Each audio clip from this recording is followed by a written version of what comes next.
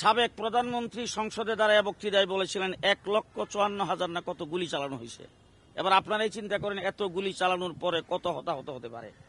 এবং আন্তর্জাতিক অনেক মিডিয়া ট্রাকে লাশ নিয়ে যাচ্ছে, সেটাও ওই সময় ভিডিও ফুটেজে আসছে, বিভিন্ন টেলিভিশনে দেখানো হয়েছে। এর দ্বারাও আপনারা বুঝে নিতে পারেন। আমরা আরো দুঃখিত যে আমাদের কিছু উলামায়ে কেরামকে নিয়ে একটা এই সুরওয়ার্দী উদ্যানে একটা সম্মেলন করেছিলেন প্রধানমন্ত্রী। যাই হোক, ওখানে উনার মানে সাময়িক উপদেষ্টা ওই জায়গায় দাঁড়ায় চরম সাময়িক সচিব চরম মিথ্যাচার করেছেন। উনি বলছেন কোনো হতাহত হয় নাই, কোন গুলি চালানো হয় নাই, কোনো মানুষ সেখানে আহত হয় নাই, এই ধরনের মিথ্যাচার করেছেন। এবং তখনকার ওই লেডি প্রধানমন্ত্রী বলছিলেন ভিডিও ফুটেজ দেখে প্রত্যেকের বিচার করা হবে। উনি এতদিন পর্যন্ত ক্ষমতায় ছিলেন, কোনো একটা ভিডিও প্রকাশ মানে ফুটেজ দেখেন নাই, প্রকাশ করেন নাই। আমরা এখন পরিষ্কার ভাষায় বলছি, রাস্তার গাছ যারা কাটছে তারা ছাত্রলীগ যুবলীগের কর্মী, আমাদেরকে চাপানোর জন্য।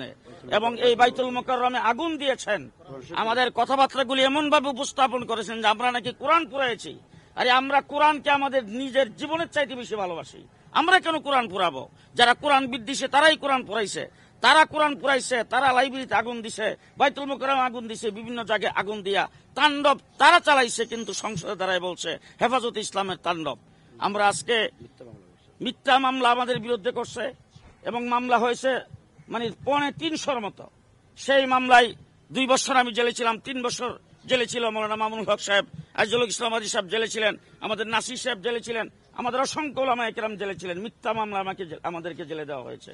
আজকে আমরা আন্তর্জাতিক অপরাধ ট্রাইব্যুনালের কাছে আসছি, দেশের পরিবর্তন হয়েছে, আশা করি আমরা বিচার পাব এবং সুনির্দিষ্ট এবং আমরা দৃষ্টান্তমূলক শাস্তি চাই, যাতে ভবিষ্যতে বাংলাদেশে ইসলাম, কোরআন, আল্লাহ রাসূল নিয়ে কেউ যাতে কটূক্তি করতে না পারে, আর সাধারণ জনগণের উপরে এই ধরনের নির্মম হত্যাকাণ্ড যাতে আর না হয়।